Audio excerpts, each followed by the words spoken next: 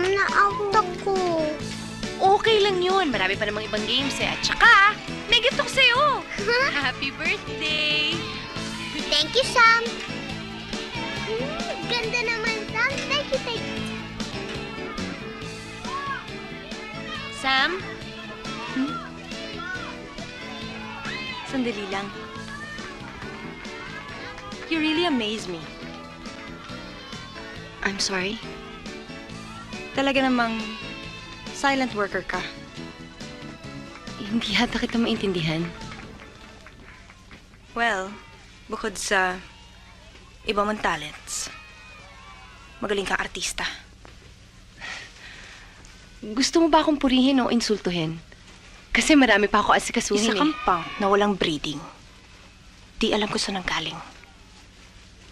Pumasok ka bilang music teacher, tapos live-in tutor. So what's next? Dante's live-in partner? Ngayon, ako naman ang naa-amaze sa'yo. Akala ko, ikaw itong punong-puno ng breeding at talino. At least marunong ka lumaban kahit papaano. Mamimigay pa ako ng giveaway sa mga bata. May sasabihin ka pa ba? Oo, meron. Ang lakas din naman ng loob mo, no? Para ambisyonin ang lugar ng kapatid ko. Wala naman natututunan ng mga bata eh. And I'm not a bit surprised. Dahil ginagamit mo lang naman sila eh. Para lalo kang mapalapit kay Dante. Well, let me tell you this. As long as I'm around, hindi matutupad ang mga balak mo. Unang-una, huwag mong ibibintang sa akin ang mga pinaplano mo. Lahat ng insulto, kaya kong tanggapin. Pero hindi ko mapapalusot ang sinasabi mong ginagamit ko lang ang mga bata. Ikaw, labas-pasok ko lang naman sa bahay nila. Ako, kasama ko sila araw-araw. Alam ko ang mga laman ng puso't isip nila. Alam kong makapagpapalungkot at makapagpapasaya sa kanila. Higit sa lahat, alam kong mahal ko sila.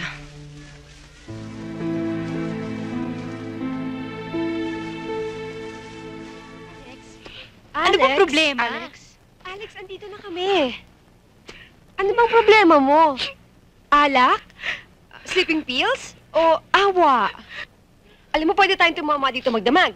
O kaya matulog. O ano bang gusto mong gawin? Magdramahan tayo? Ano? You wanna talk about it?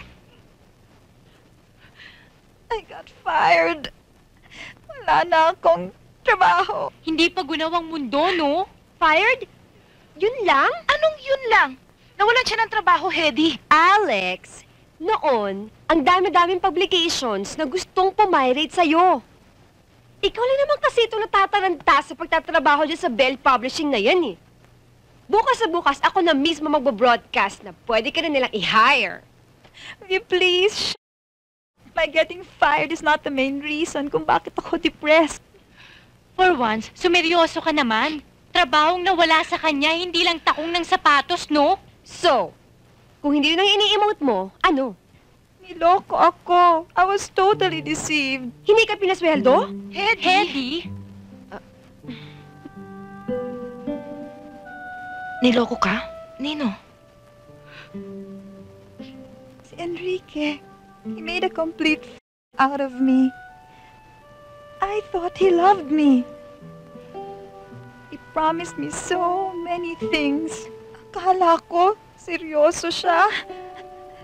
Tapos, his wife fired me. Alex, yung mga lalaki, kahit buwan ipapagift para sa'yo. Tumihaya ka lang, ano? Hedy, ano ba? Alam niyo ang problema nating apat?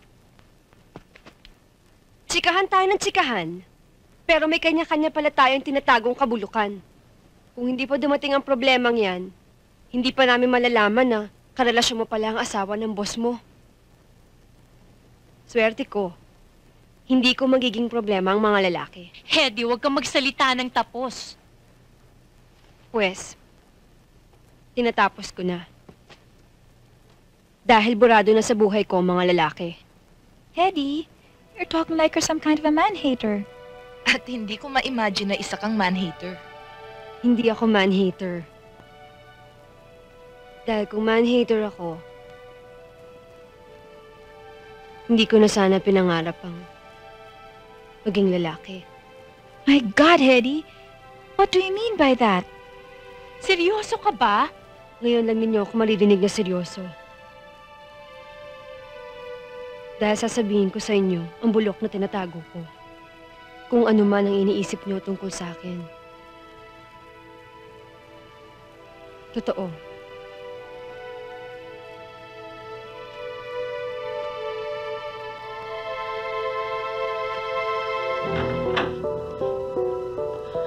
Dondon? Mommy? Anak? Mommy!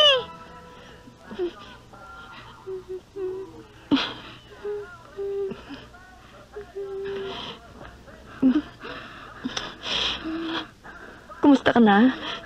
Sinaktan ka ba niya? Hindi ako nananakit ng bata. Sorry. Hindi ka nga pala nananakit ng bata. Nangingidnap lang. Magpapatutsudahan ba tayo o magsusumbatan? Ano ba talaga ang gusto mo? Pera? Magkano? Ibabalik ko na sa'yo ang anak mo. Pero sa isang kondisyon. Tatawagan ko ang asawa mo sa telepono. Gusto ko makinig ka sa extension. Bakit? Mahilig ka magtanong. Sana makuha mo na ang sagot ngayon.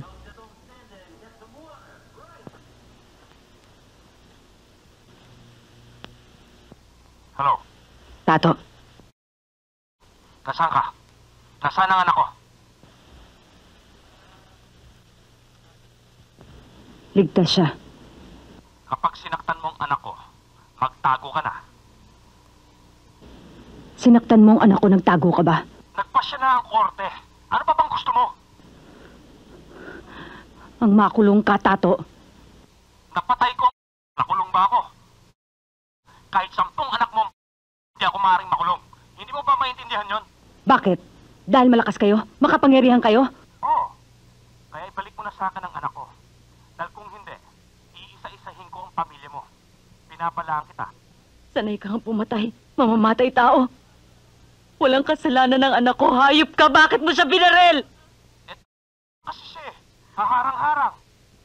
Buhay sana ang anak ko. Buhay sana siya kung hindi mo kinaladkad ng kotse mo. Hindi ko alam na kumapit siya sa kotse.